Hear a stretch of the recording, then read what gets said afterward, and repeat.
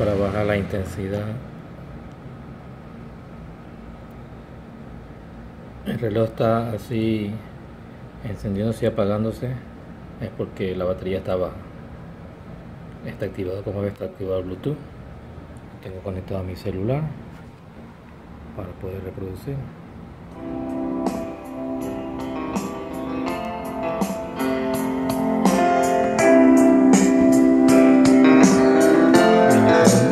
Cable de audio. People say I'm crazy.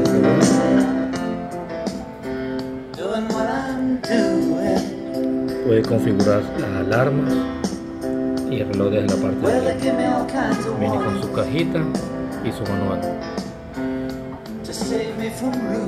Como ven, la pantalla es como espejo. Se apagó porque no tiene mucha carga.